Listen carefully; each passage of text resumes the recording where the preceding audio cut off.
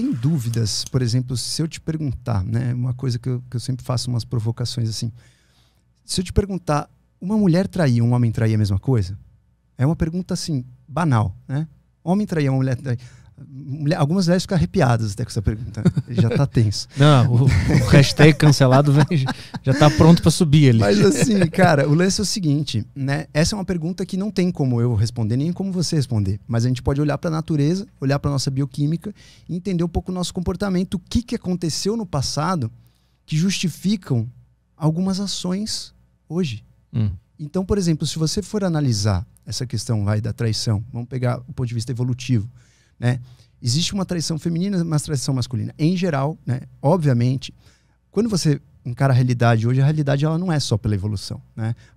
Sua própria convivência social, a sua educação, e milhares de coisas podem influenciar a sua cultura, onde você nasceu, né? Então, uma traição no Brasil é totalmente diferente de uma traição na Arábia Saudita. Mas, quando você compara, quando você entende de onde veio o hardware, como foi criado o hardware, muita coisa do hardware vai justificar, pelo menos, uma certa vontade, uma certa tendência. Então, isso vale quando você pega um grupo.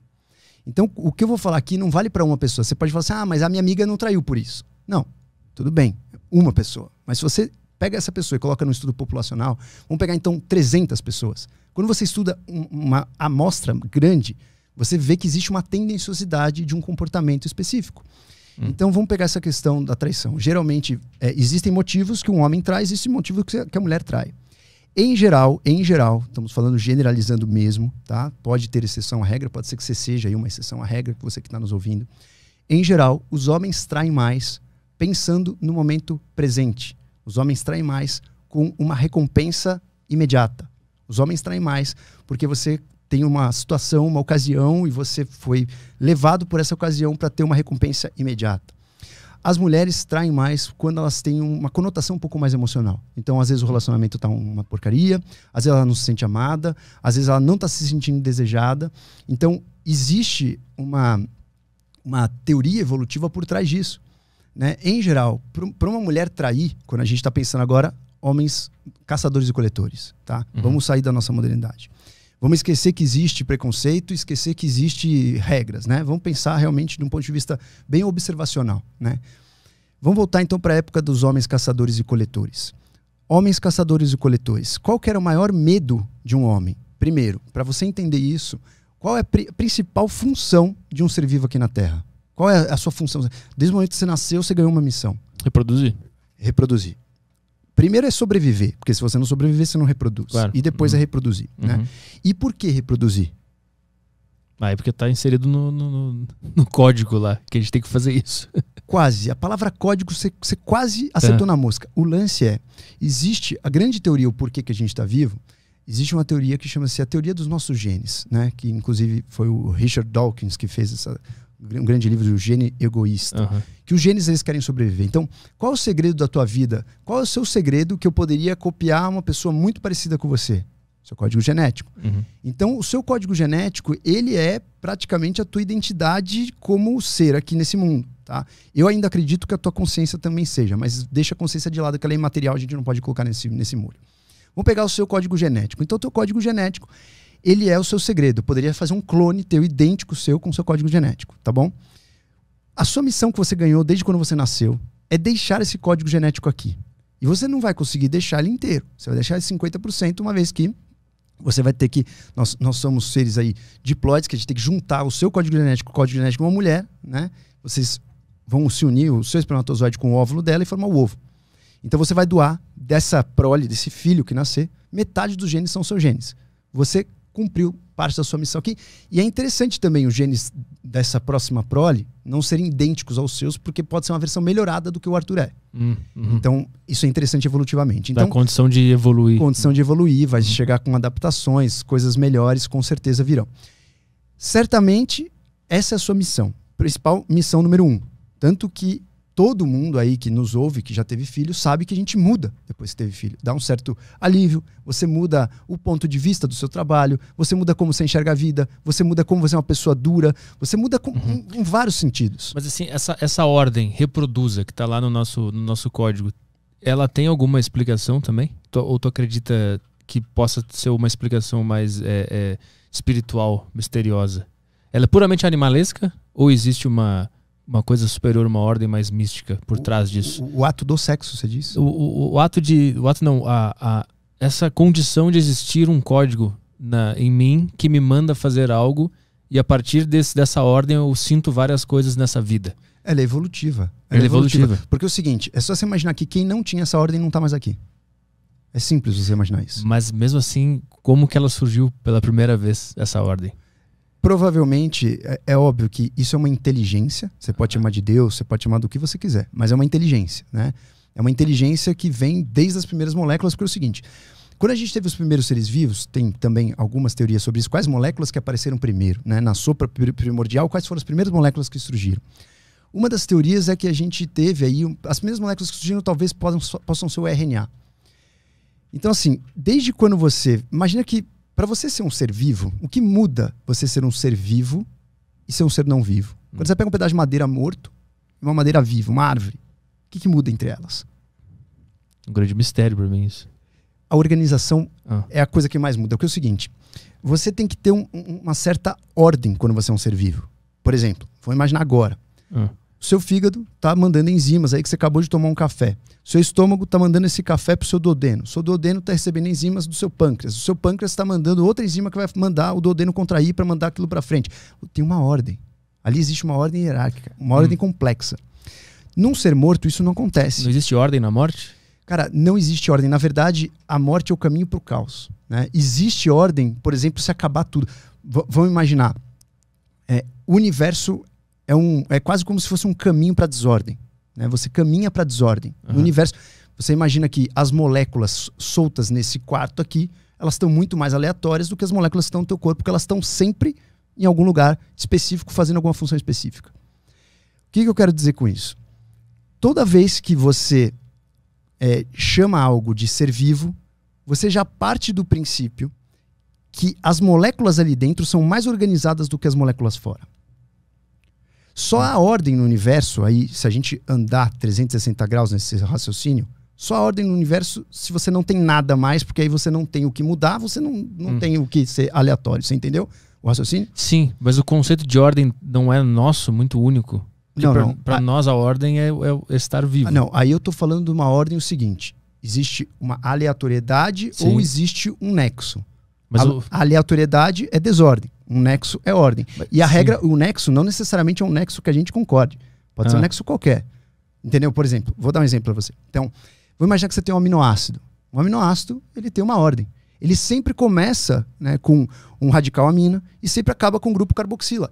Pode pegar todos os aminoácidos da natureza, todos. Pesquisa todos os aminoácidos da natureza, eles vão ser assim. Isso é uma ordem. A desordem é não ter isso. Então vamos pegar todos esses átomos do aminoácido. Vão embaralhar eles numa sala. Vai ser um aminoácido? Não. Por quê? Eles não têm ordem. Para você manter uma ordem, você precisa manter isso com energia. O ser vivo gasta energia para manter isso. Seja uma bactéria, seja um ser humano, seja um primata. Para você manter ordem, você obrigatoriamente tem que manter energia. Vamos imaginar que você tem o teu quarto. Vamos imaginar que você morasse com os seus pais e os seus pais são bravos, eles querem ver o seu quarto arrumado. Eles abrem a porta, veem o seu quarto cheio de camiseta, cueca da Insider no chão. E aí chegam lá e falam, pô, de novo, Arthur, você deixou o quarto desarrumado, você vai ficar 1 hora arrumando o quarto. Você vai gastar energia para arrumar teu quarto. Você vai ter que ir lá, tirar uma cueca da Insider, colocar na gaveta, tirar a camiseta que tá não sei onde, jogar no cesto de roupa suja. Você vai ter que passar um pano no chão. Isso exige tempo, trabalho, e você vai ter que ter energia para fazer isso. Então, sendo assim, qualquer ser vivo que está aqui, da mais simples bactéria até o mais complexo ser vivo que podemos aí denominar seres humanos, gastam energia para fazer isso. E aí, esse é o grande segredo da vida. Inclusive, quando você pega pelo conceito ancestral milenar, quando você pega pelo conceito, por exemplo, da energia sutil, um ser, qual é a diferença de um ser vivo e um ser não vivo? Ele tem um fluxo de prana, de energia vital. Quando você pega pela medicina chinesa, qual é a diferença do ser vivo para um ser não vivo? Ele tem fluxo de chi. Ele tem energia vital. E a energia vital, boa parte da energia vital é para manter a ordem. E, no nosso organismo, nós chamamos isso de um equilíbrio. Você precisa manter um certo equilíbrio dinâmico. É um equilíbrio que Perde, ganha, ganha, perde, perde, ganha, ganha, perde, perde, ganha, ganha, perde. Isso nós damos o nome de homeostase. Nós buscamos um equilíbrio para a gente estar sempre numa ordem específica para que tudo funcione. A partir do momento que você começa a perder energia, imagina você tá ali adoecendo, sucumbindo na cama com uma doença grave, terminal. Você começou a perder a ordem. O que começa a acontecer? As bactérias, que a gente chama de bactérias que são bactérias normais do nosso corpo, que convivem com a gente. Nós temos aí 1 trilhão de células e 1 trilhão de bactérias convivendo junto. Nós somos um comensalismo, nós somos um jardim, né? Não somos só células humanas. Quando você não tem mais energia para manter a ordem, existe o oportunismo. Alguns seres começam a se reproduzir mais do que eles deveriam. Nós temos inúmeras infecções oportunistas. Então você pega uma pessoa imunocomprometida, ela tem, por exemplo, candidíase esofágica, que é uma coisa que não tem pessoa que está com um sistema imune bom. Ela aproveitou de uma falha dessa ordem e conseguiu ser oportunista no sentido de se replicar. Porque para manter a ordem, a gente mantém um gasto de energia basal. Mas do ponto de vista dessa bactéria, ela não está na ordem dela? Para ela é ordem isso? Não, sim. Aí é uma competição. Aí é uma competição. Tá, beleza. Mas ela é um ser vivo também. A gente está falando... A gente está comparando... Do ponto de vista. Primeiro estamos comparando seres vivos com seres não vivos. Aí, se você quiser comparar ser vivo com ser vivo, já é outra história. A gente está comparando aqui vivo com não vivo. Né? Não podemos perder o foco. Vivo com não vivo. Porque é uma discussão complexa. Então, assim, vivo com não vivo, ordem, desordem. Caminho ao caos. Tá? Então, se a gente compara vivo com vivo, beleza. Aí vamos para a porradaria da competição. Batalha. Exato. Então, assim, aí para concluir esse raciocínio, a gente saiu da questão, né, da traição. Para concluir o raciocínio da traição, então, assim, em geral, se você colocar uma amostragem, existem, né, razões evolutivas para que um homem tenha medo da traição e para que um homem traia. Existem razões evolutivas para que a mulher tenha medo da traição e para que a mulher traia. Por exemplo, por que geralmente a mulher tem uma traição mais emocional? Em geral, quando uma mulher busca um parceiro, principalmente quando, em geral, as mulheres têm uma tendência a filtrar mais os parceiros. A rejeição é uma coisa típica masculina, né? O homem é rejeitado, a mulher não é rejeitada. Né? É só você olhar uma estatística do Tinder. Cara, no Tinder existe assim, 60% dos homens dão like. Aliás, os homens dão 60% de like nas mulheres que vê. Ou seja, de 100 mulheres que o cara vê, 60% ele deu like. E as mulheres, quanto você acha que elas dão like?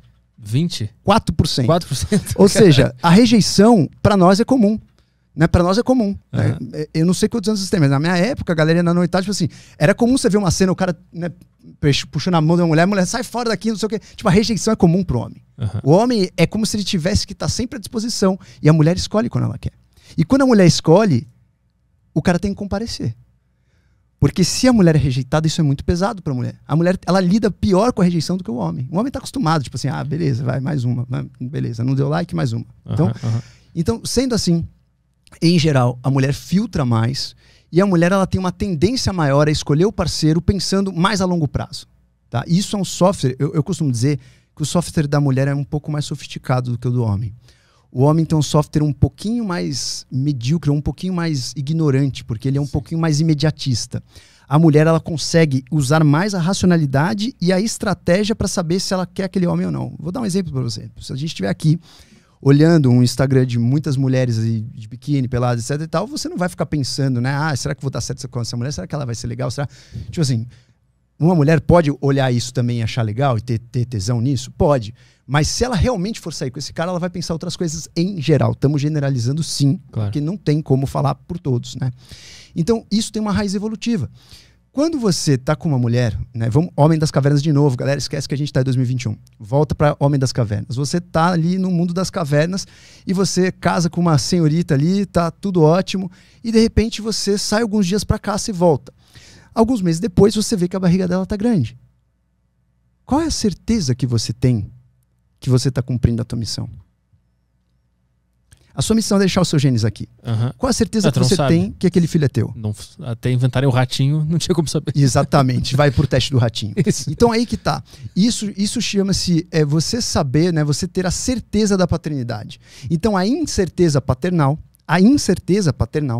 faz com que o homem instintivamente ele tem que arriscar mais com mais parceiras. Porque por probabilidade, se você se dedica só àquele momento e de repente, justo naqueles dias que você foi caçar, você foi pulado para trás, você perdeu a tua missão no mundo.